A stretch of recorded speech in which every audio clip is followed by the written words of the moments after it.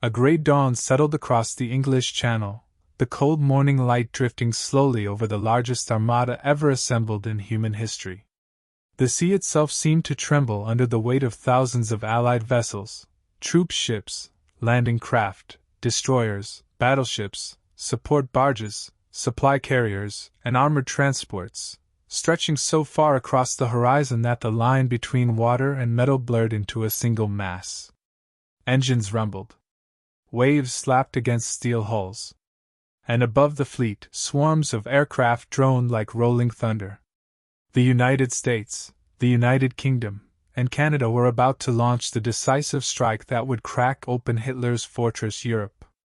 Minutes before H hour, the German bunkers along the Normandy coastline remained eerily quiet.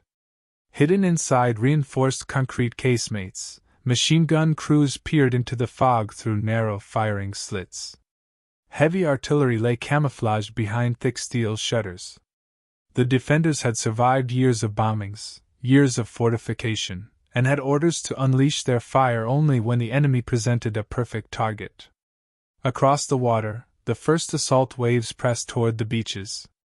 American infantry inside the swaying Higgins boats tightened their grips on their rifles, helmets rattling as mortar rounds splashed in the distance. British and Canadian troops sat packed shoulder to shoulder, checking gear, adjusting webbing, tightening boots, and staring ahead at the faint outlines of land. The smell of diesel, salt, damp wool, oil, and fear hung heavy in the air. On the German side, the moment they had trained for finally arrived. Artillery batteries opened fire. The horizon flashed with bursts of red light as massive shells screamed toward the approaching fleet. Columns of water erupted around the landing craft, throwing spray high into the air.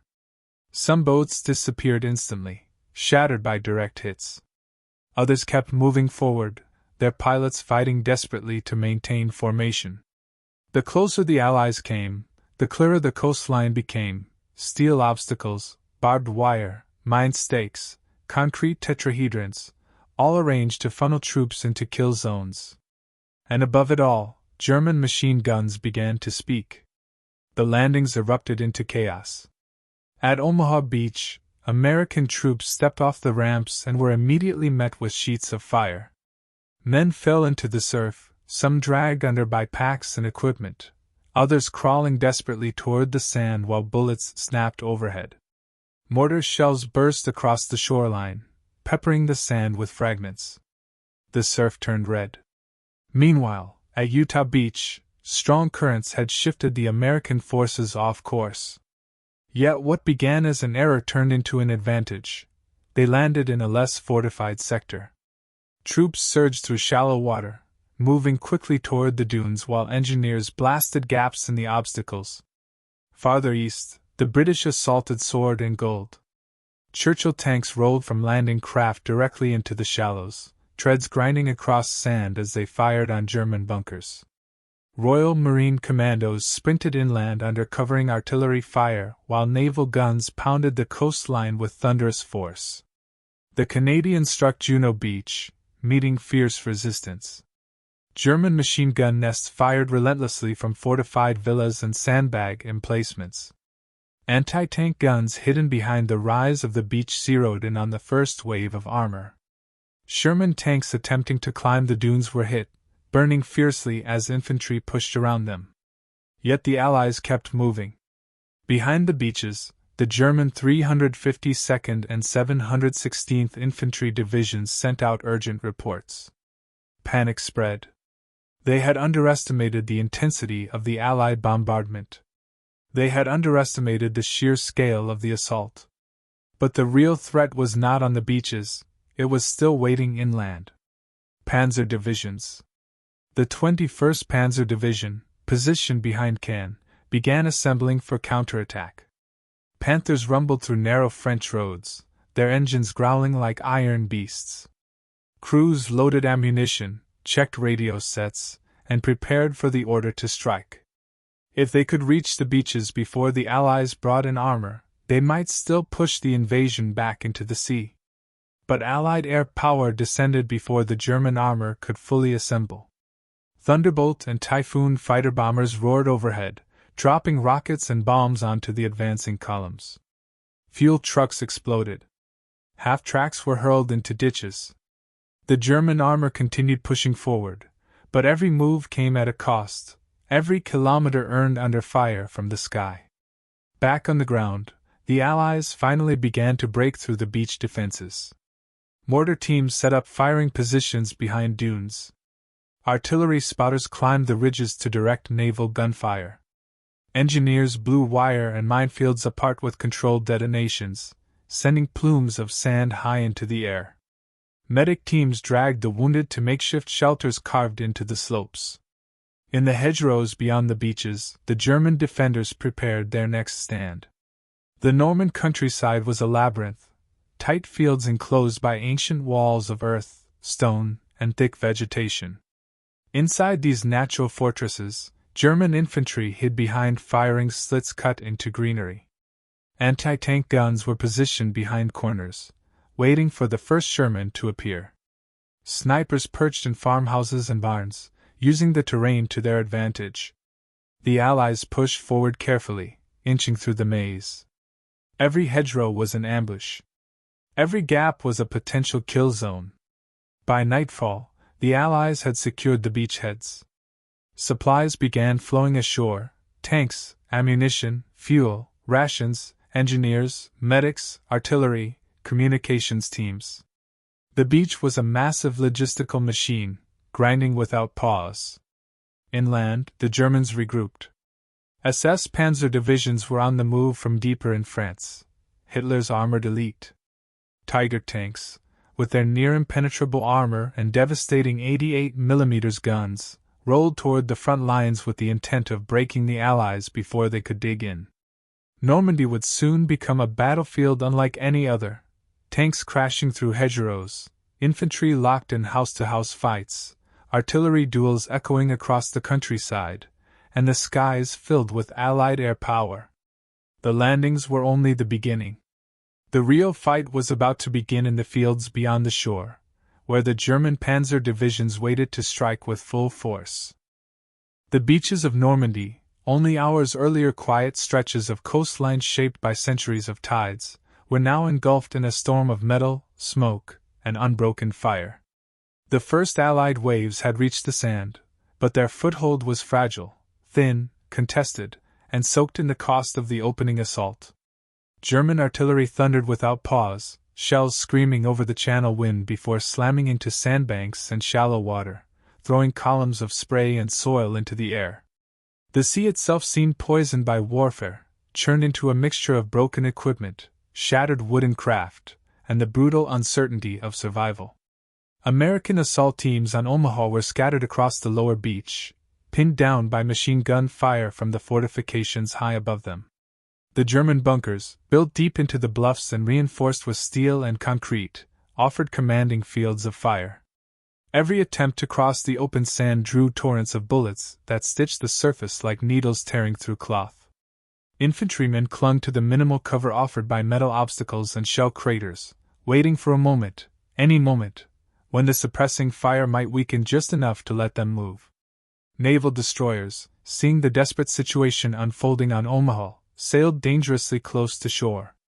Their hulls sliced through shallow waters as they unleashed rapid, direct-fire barrages into the cliffside gun positions. The thunder of naval guns echoed against the bluffs, temporarily drowning out the smaller weapons that had dominated the beach for hours. Yet each destroyed bunker revealed another behind it, part of a layered defense designed to break any assault long before it reached the high ground. To the east, British and Canadian forces fought their own brutal struggle across the sands of Juno, Sword, and Gold. Although their specialized armor had improved the landing odds, flail tanks clearing mines, AVRE vehicles smashing obstacles, many amphibious tanks sank under the rough sea before ever touching land. Those that survived pushed through the surf with deliberate movements, their tracks grinding into wet sand as they engaged German strongpoints that had survived the naval bombardment. Canadian infantry advanced behind the rising smoke of burning emplacements, their formations staggered by hidden trenches and sniper fire from fortified houses overlooking the beaches. German defenders, dug into concealed positions behind sea walls, made the attackers fight for each meter of progress. The sound of shrapnel tearing across metal was constant, mingled with shouted orders that were often lost in the din of overlapping explosions. British units at sword faced counterattacks from infantry and anti-tank teams concealed in narrow lanes leading inland. Every farmhouse, hedgerow, and stone wall masked another threat. Engineers worked under relentless fire to clear paths through mines and obstacles, their progress slow but vital. Behind them, artillery crews unloaded crates of shells onto the sand, preparing for the bombardments that would support the push deeper into Normandy. Across the entire coastline, the beachhead was becoming a labyrinth of wreckage, twisted landing craft, flooded trenches, shattered vehicles lying half submerged in the rising tide. Smoke drifted in layers, thickening the air until visibility shrank to a few dozen meters.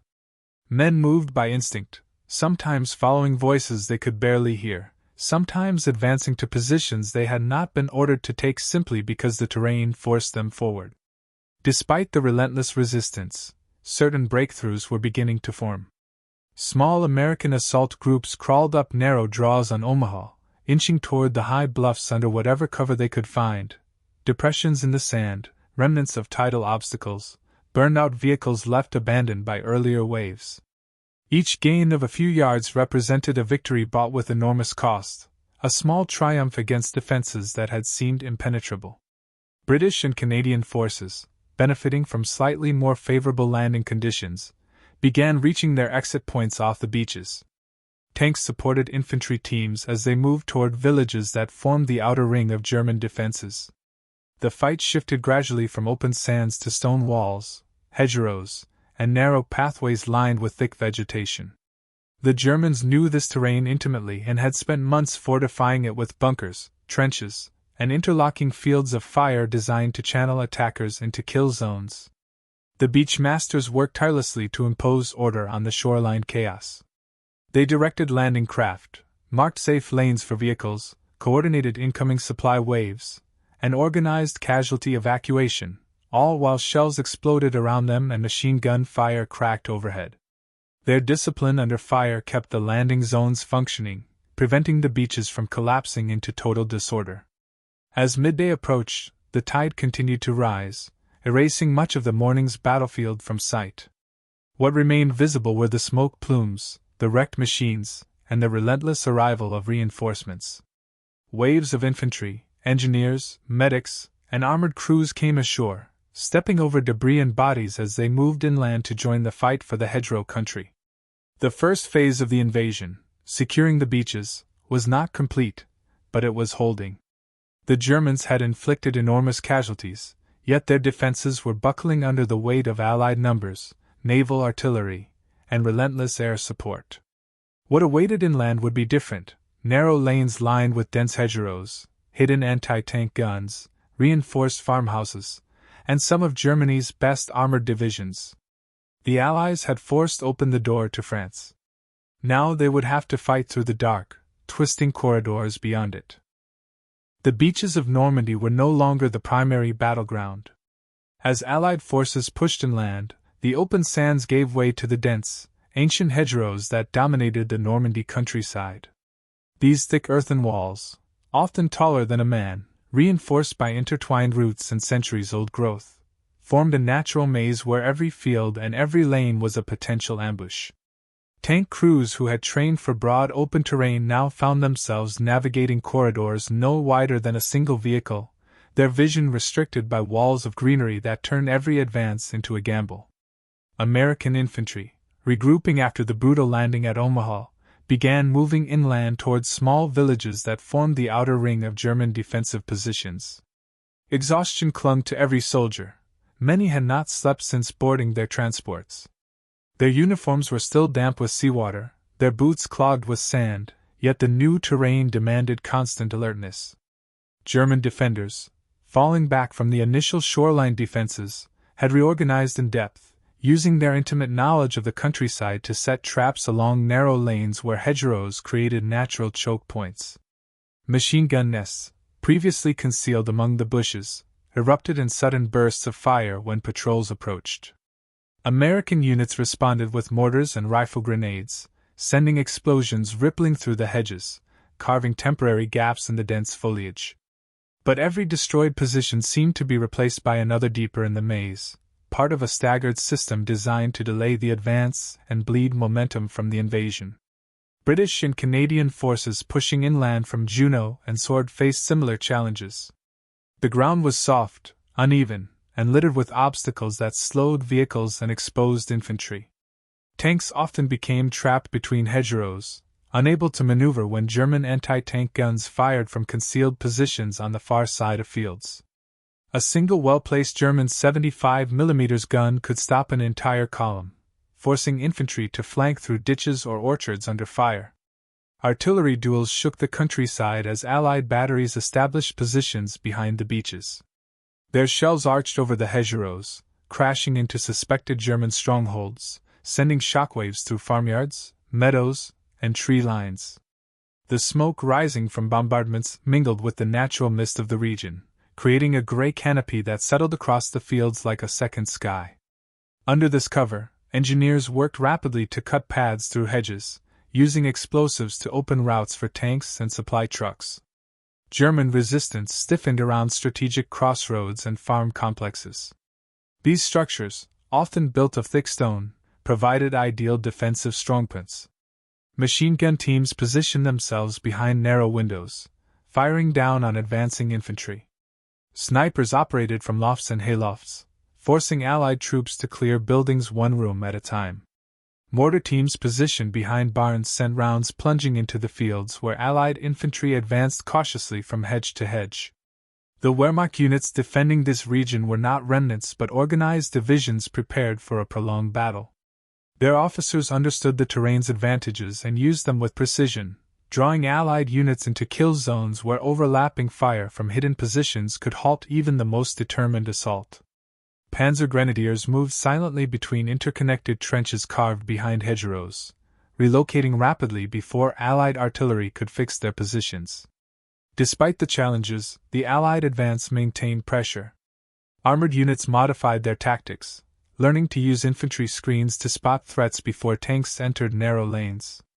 When German anti-tank teams attempted ambushes, Allied forces responded with coordinated assaults, mortars dropping smoke to blind defenders, machine guns raking hedge lines, and tanks firing point-blank into suspected firing points.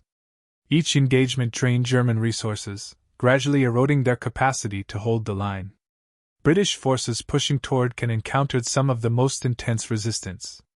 German panzer divisions positioned south of the city launched counterattacks designed to disrupt the Allied buildup.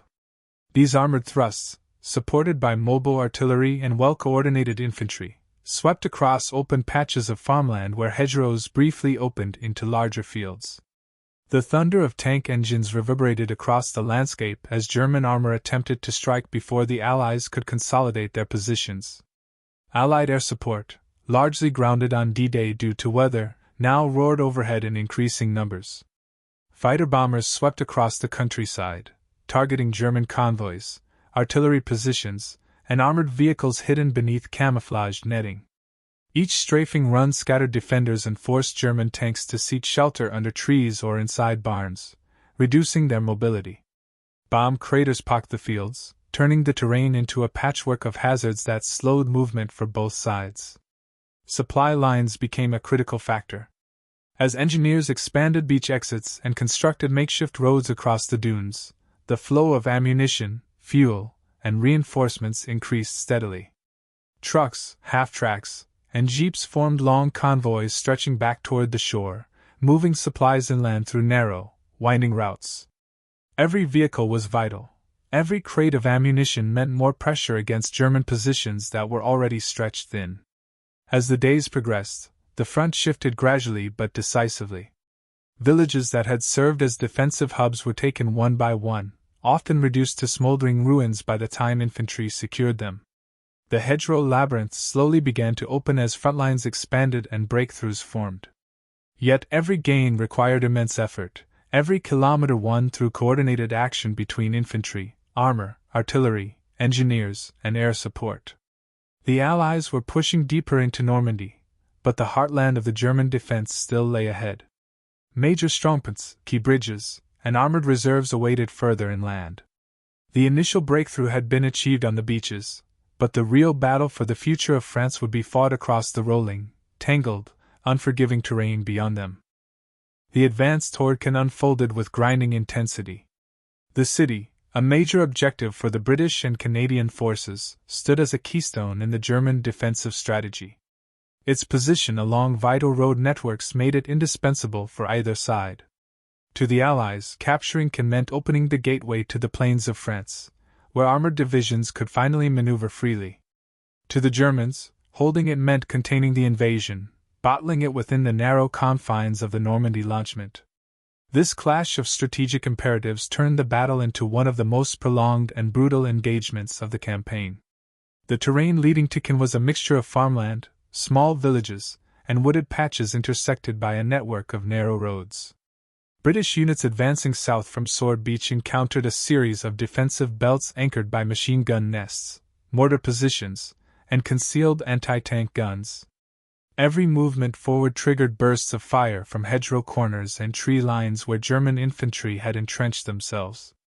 The Panzer Division, one of Germany's elite armored formations, deployed its units with precision, turning fields into defensive traps where advancing tanks could be targeted from multiple angles. British armor attempted to force gaps in the defensive line, but the heavy German tanks, Panthers, Panzer IVs, and a handful of Tigers, often held the advantage in long-range engagements. German tank crews used the rolling terrain to conceal their positions until the moment of firing. Their shots echoed across fields, sending geysers of earth skyward.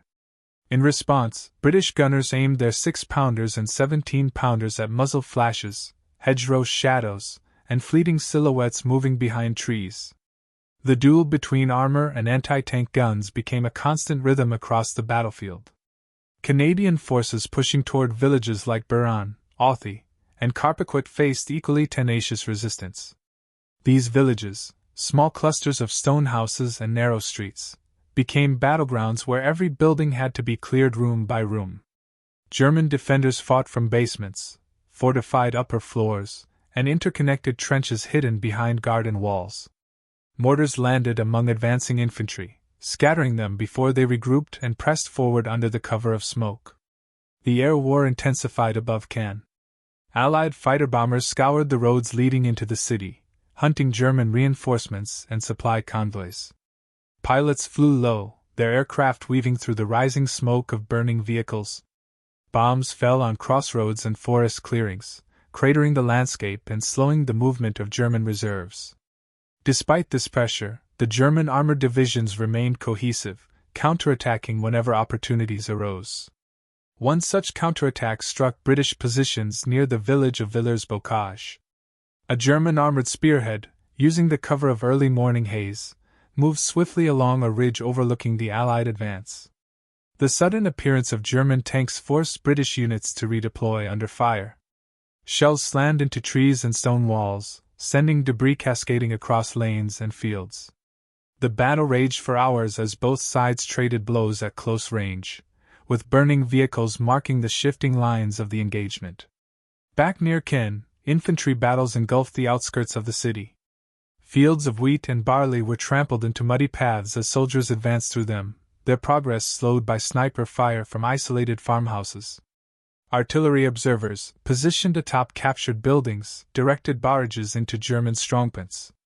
The ground trembled beneath sustained bombardment, leaving deep craters that turned parts of the countryside into desolate patches of churned soil. Engineers played a pivotal role in the struggle. They cleared mines from pathways, breached hedgerows with explosives, and constructed makeshift bridges across irrigation ditches that crisscrossed the farmland. Under relentless fire, they worked to keep the forward momentum possible. German defenders, understanding their importance, targeted engineers with precision, forcing infantry units to shield them with suppressive fire whenever possible. As the days progressed, British and Canadian forces gradually tightened the noose around Caen. The Germans withdrew into the city's outskirts, preparing for urban combat where their defensive advantages could be maximized. The stone buildings, narrow streets, and concealed courtyards created a fortress-like environment that nullified much of the Allies' superiority in armor and air power. Every street corner had the potential to become a battleground. Every ruined wall could hide a machine gun position. The bombardment of Caen reached unprecedented intensity. Allied artillery pounded suspected German strongpoints around the clock. The sky glowed at night with the flashes of distant naval guns, their shells arcing inland. Buildings collapsed under the sustained fire, sending clouds of dust billowing above the rooftops.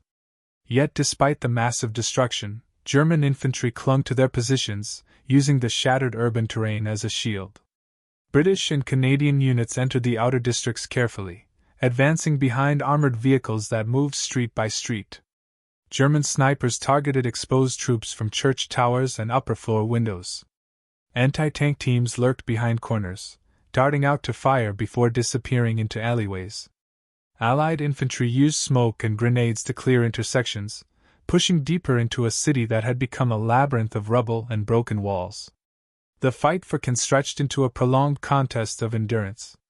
Progress came slowly, measured in house-to-house gains, each step requiring coordination between infantry, armor, engineers, and artillery. The city's defenders, though battered, remained disciplined, launching small counterattacks to reclaim lost positions or disrupt the Allied advance. Despite the fierce resistance, the noose continued to tighten. German forces were being forced back toward the city center, their lines thinning under the pressure of continuous assaults. Allied units captured key crossroads and open squares, gradually pushing the defenders into an ever-shrinking pocket. The battle for the city was far from over, but the momentum had begun to shift. Beyond Caen's walls lay the open plains, territory where Allied armor could finally exploit its numerical and logistical superiority. But to reach that ground, the city itself had to fall, and every hour of fighting made clear that the cost would be immense. Southwest of Caen, the battle shifted toward a decisive confrontation. German armored divisions, including the formidable 12th SS and elements of Panzer Lehr, had redeployed to form a protective ring around the city. Their intent was clear: to prevent the Allies from widening the breach created along the beaches and stop the British and Canadian forces from reaching the strategic high ground beyond the city. This armored shield became a barrier that needed to be broken before the Allies could fully secure their path into the interior of France. The countryside in this region was a mixture of open fields, hedgerow clusters, low ridgelines, and sunken lanes. It provided numerous defensive advantages to veteran German armor crews who understood how to exploit terrain for concealment. Panthers and Panzer IVs moved in small groups, using orchards and rolling rises to mask their positions until Allied tanks drew into range. Their long barrels protruded just beyond hedgerow shadows, firing with deadly efficiency before reversing into cover. British and Canadian armored brigades approached cautiously, supported by infantry spread out in staggered formations. The sound of tank engines reverberated through the fields as Shermans, Cromwells, and Fireflies advanced with turret hatches cracked open, commanders scanning for any sign of muzzle flashes or movement.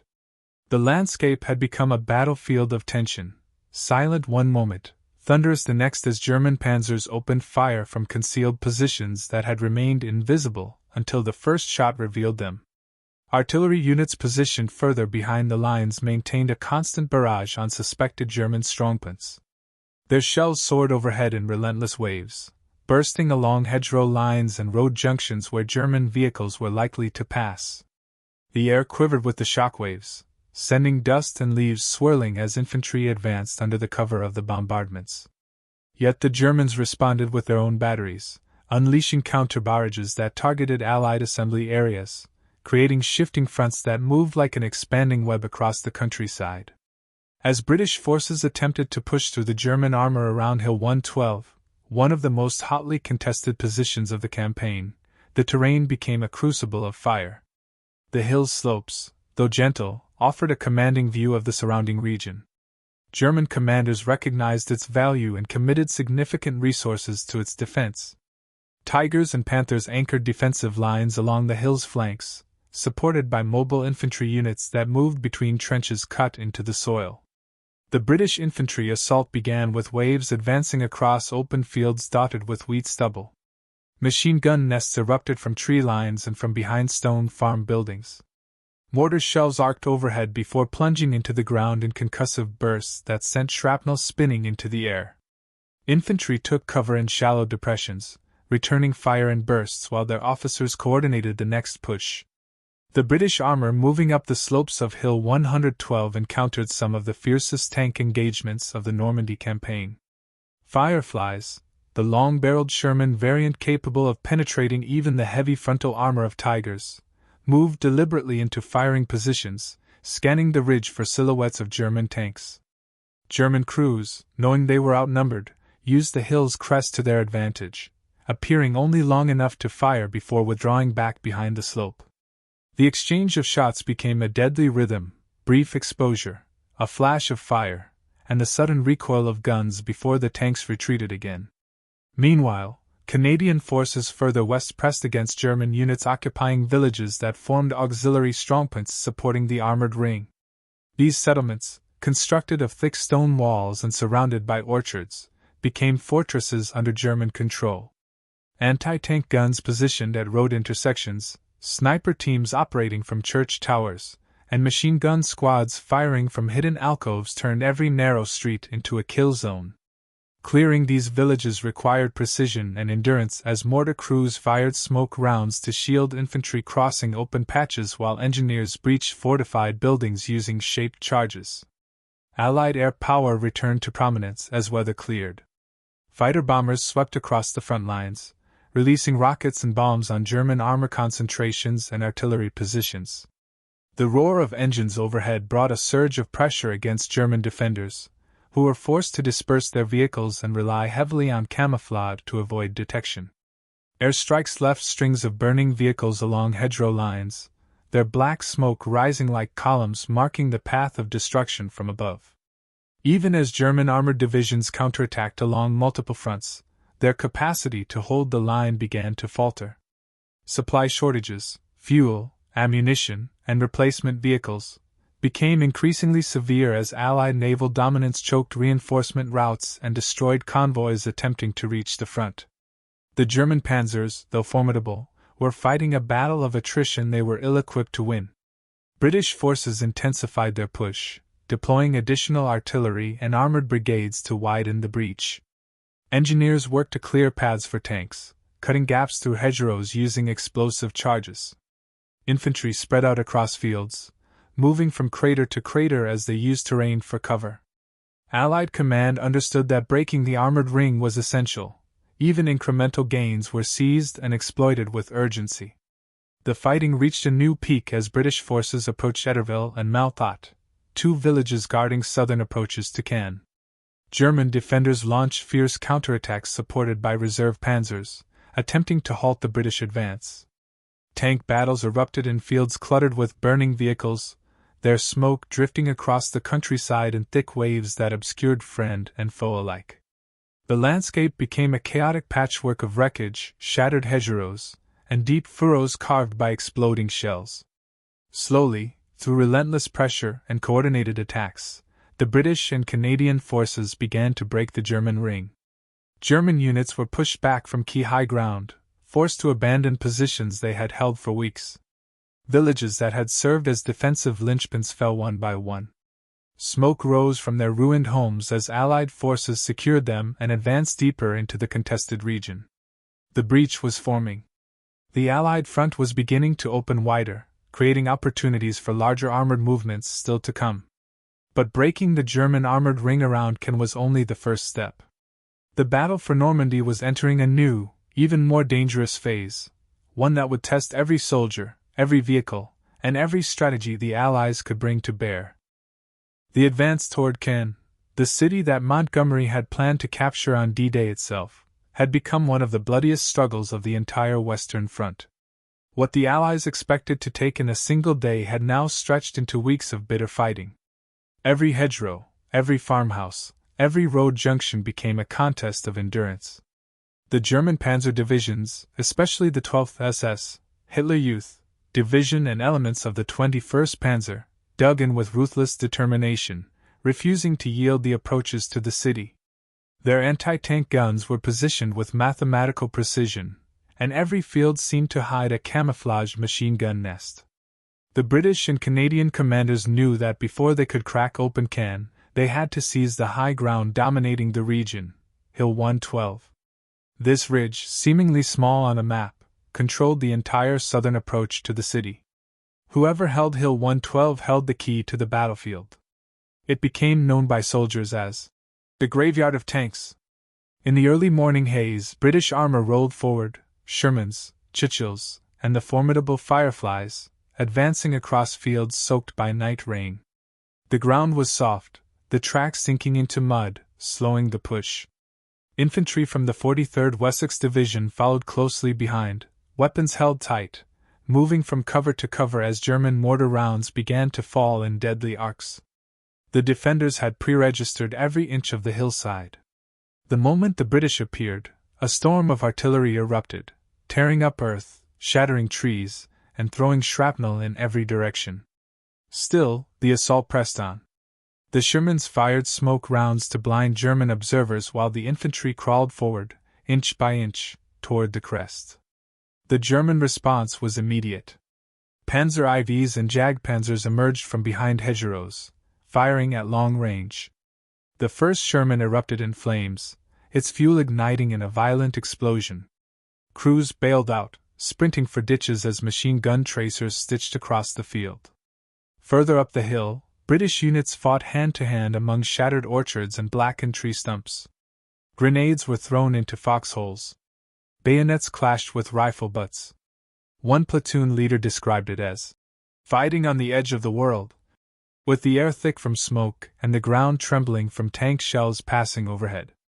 No one knew if the next step forward would be their last. Canadian artillery, positioned miles behind, answered with thunderous precision. Thousands of shells screamed overhead, slamming into German positions with earth-shattering force. The ridge lit up like a burning horizon. The bombardment was so intense that entire stretches of the hill seemed to dissolve into clouds of smoke and dust. Yet, even after the barrage lifted, the Germans remained. Their dugouts were deep, reinforced, and expertly concealed. One SS officer later recalled, "On Hill 112, we fought like ghosts in a landscape of ruins." Attempts to flank the German positions brought new dangers. British soldiers advancing through wheat fields were suddenly met by the roar of Tiger tanks, their 88mm guns firing with brutal accuracy. A single Tiger could dominate the battlefield, and for a moment the offensive teetered on collapse.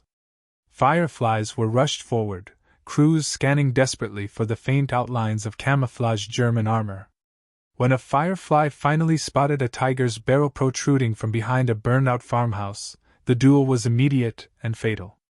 The Firefly's long 17-pounder barked, and the Tiger vanished in a cloud of black smoke. Despite heavy losses, the British managed to seize portions of the crest by late afternoon. Exhausted infantry dug shallow positions, bracing themselves for the inevitable counterattack. And it came with ferocity. Waves of SS grenadiers surged uphill, supported by mortars and machine guns. The fight descended into chaos, close-quarter clashes in trenches barely wide enough for a man to stand. Bodies, smoke, shattered helmets, and spent shells littered the slopes. As dusk fell, the battlefield glowed with the orange light of burning tanks. The sound of wounded men calling for medics carried across the ridge. Though the Allies held part of Hill 112, full control remained out of reach. The Germans were determined to hold this ground, and they counterattacked again and again, turning the hilltop into a place where victory seemed impossible and survival itself was a miracle. But every meter gained, every trench secured, every hedgerow cleared tightened the Allied grip on Caen. The sacrifice on Hill 112, though immense, was beginning to force the Germans into a defensive strategy they could no longer afford. The road to Caen was opening, but at a cost measured in steel, blood, and the shattered soil of Normandy. The city of Caen loomed ahead as both a prize and a crucible. Months of planning by the Allies now boiled down to one concentrated effort: the capture of the urban stronghold that had stalled their advance since D-Day. The streets, once quiet avenues of civilian life, had been transformed into a landscape of rubble, shattered homes, and hidden death traps. German defenders, though battered by relentless shelling and repeated armored assaults, had transformed every building, every alley, every collapsed wall into a fortress. British and Canadian units approached from multiple directions, their movements coordinated to encircle the city and cut off potential reinforcements. Tanks rolled cautiously along ruined streets, their engines growling, scanning for anti-tank guns, snipers, or hidden machine gun nests. Infantry followed closely, navigating through the debris with precision, clearing basements, cellars, and upper floors where German troops awaited. The battle became an intricate choreography of suppression, assault, and cautious advance. German defenders relied heavily on the urban terrain to compensate for their dwindling numbers. Panzer grenadiers moved silently through underground tunnels and narrow passageways. Hidden machine guns raked open intersections. Mortar teams fired from concealed courtyards. Snipers perched on rooftops, eliminating exposed infantry with methodical precision. The Allies learned quickly that the dense urban environment nullified some of their advantages, making each street a gauntlet. At the city's outskirts, tank crews faced ambushes at every turn. Panzer IVs and remaining Tigers emerged from the shadows of broken buildings, their guns cutting through the hulls of Shermans with devastating effect. Fireflies, equipped with long-range 17-pounders, engaged in deadly duels, hunting German armor from behind partially destroyed walls. Every movement forward required precise coordination between infantry spotting, armored support, and artillery barrages aimed to suppress German fire. The noise of battle was constant and overwhelming. Artillery boomed, buildings collapsed under shellfire, machine guns rattled, and the screams of the wounded echoed across the ruined streets. Smoke choked the air, turning the city into a foggy maze where soldiers could only see a few meters ahead. Medics moved desperately between squads, dragging casualties to improvised shelters carved from destroyed walls and half-collapsed basements. Canadian troops moving through eastern neighborhoods encountered particularly fierce resistance. Stone walls that had once defined residential gardens became deadly cover for machine gun teams. German infantry launched counterattacks in small, lethal waves, retreating into the rubble to avoid the heavy artillery pounding the city. Each intersection became a scene of concentrated violence, often requiring entire platoons to clear a single building or corner before moving forward. Allied air support focused on breaking German cohesion within the city. Typhoons and Mustangs strafed streets and alleys, targeting remaining armored vehicles and disrupting movement. Rockets slammed into buildings where German troops had fortified themselves, shaking the ground with explosive force. But pilots had to maneuver carefully. The destruction that might eliminate one target could also block streets essential for Allied advancement. The streets of Caen were strewn with wrecked tanks, smoking vehicles, and craters from artillery and airstrikes. Infantry moved from cover to cover, using debris as protection from sniper fire. Engineers followed, clearing rubble and making pathways for tanks and supply trucks. The pace of battle was relentless, every hour counted, as German forces had only limited reserves, and the Allies were determined to capitalize on momentum gained from prior Hedgerow battles and the capture of Hill 112. By the third day of the urban campaign, the Allies had secured the northern and western sections of Caen. Streets that had once been nerve centers for German defense were now in British and Canadian hands, yet pockets of resistance remained stubbornly active in the southern and eastern districts.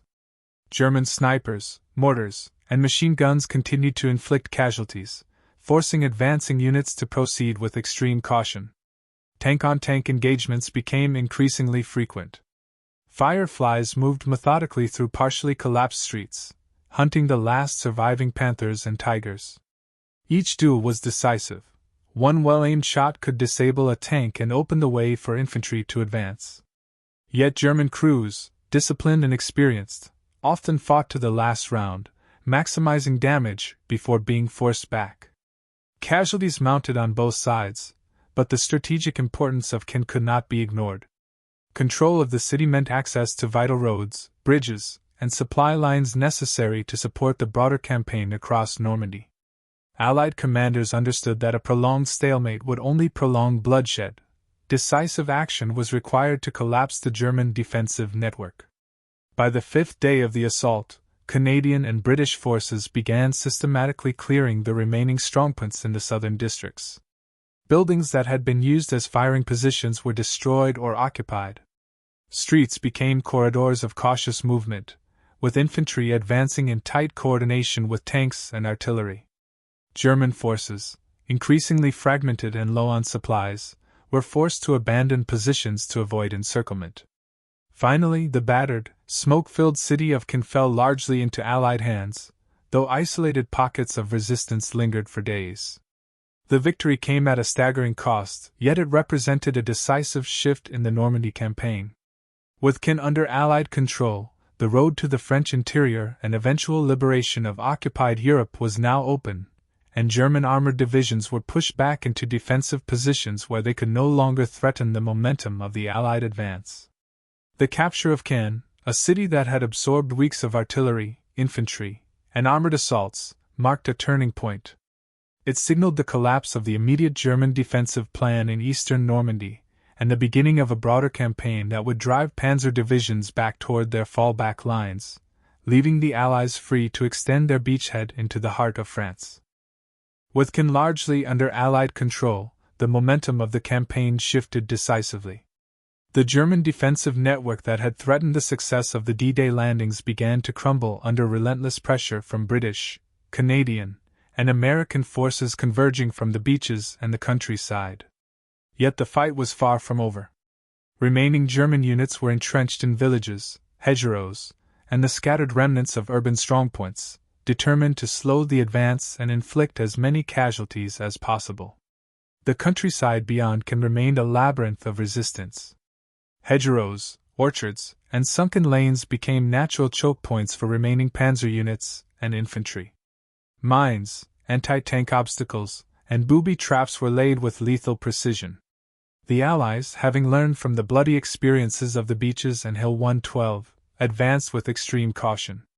Infantry moved in coordination with armor, engineers cleared paths under covering fire, and artillery and air support pounded suspected German positions before troops approached. American units advancing from Omaha and Utah beaches were pushing westward, linking up with British and Canadian forces. The coordination of three national armies, each with different doctrines and equipment, was a logistical feat. Convoys of trucks, jeeps, and half-tracks carried fuel, ammunition, and medical supplies through narrow, shelled-out roads, ensuring that advancing units could maintain relentless pressure on retreating German defenders.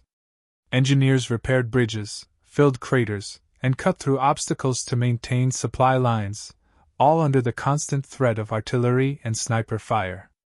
German panzer divisions, reduced in strength by weeks of fighting, attempted sporadic counterattacks to regain lost ground. Tigers, Panthers, and Panzer IVs appeared along open fields or hidden in tree lanes, firing at advancing Allied armor and attempting to disrupt supply lines. Each counterattack was met with heavy Allied artillery, aerial strafing, and coordinated tank fire, reducing the effectiveness of the German strikes and forcing them back into defensive positions. British and Canadian forces focused on systematically clearing villages in eastern Normandy. Each settlement was transformed into a miniature battlefield, streets lined with rubble, hidden machine gun nests in cellars and attics, mortars firing from concealed courtyards. Infantry used grenades, flamethrowers, and close-quarter tactics to neutralize resistance. Tank support was essential, crushing barricades and providing cover from German anti-tank teams. The advance was methodical, deliberate, and costly, but it pushed the Germans steadily back towards secondary defensive lines. The skies over Normandy were dominated by Allied aircraft, controlling the airspace and preventing the German forces from regrouping or resupplying. Typhoons and Mustangs conducted low-level strikes, targeting armor columns, gun emplacements, and retreating infantry. The deafening roar of engines, combined with the exploding ordnance below, created a relentless atmosphere of pressure that left German defenders little opportunity to organize effective resistance. Artillery barrages continued to play a decisive role. Allied batteries, often positioned several kilometers behind the front, fired continuously, suppressing enemy positions and destroying strongpoints before infantry approached. The ground shook under the sustained bombardments, creating craters that became both obstacles and cover for advancing troops. Coordination between forward observers, artillery crews, and armored units ensured that fire was precise and effective, maximizing the impact on German defenses. By mid-campaign, the majority of Caen and the surrounding strategic villages were secured. The Allied forces had opened pathways to the interior of France, linking their beachheads and enabling large-scale armored movements. The German defenders, though still dangerous in scattered pockets, were increasingly forced to retreat, their once cohesive formations fractured by continuous pressure and relentless attacks. Supply shortages, continuous bombardment, and the loss of critical terrain diminished their ability to mount significant counteroffensives. The liberation of Normandy's towns and fields came at a staggering cost. Thousands of soldiers had fallen, tanks had been destroyed, and villages were reduced to rubble. Yet, the Allies had achieved the critical objective, establishing a stable front from which they could continue the liberation of occupied France. From the beaches of Omaha and Juno to the outskirts of Caen, the combined forces of the United States, the United Kingdom, and Canada had pushed back some of Germany's most elite troops, demonstrating the effectiveness of coordination, training, and sheer determination. As the front lines stabilized, commanders began planning the next phase, the breakout from Normandy into the broader French countryside. The battles fought on the beaches, in the hedgerows, and within the streets of Caen had not only tested the mettle of Allied forces but had also weakened Germany's ability to resist the coming campaigns.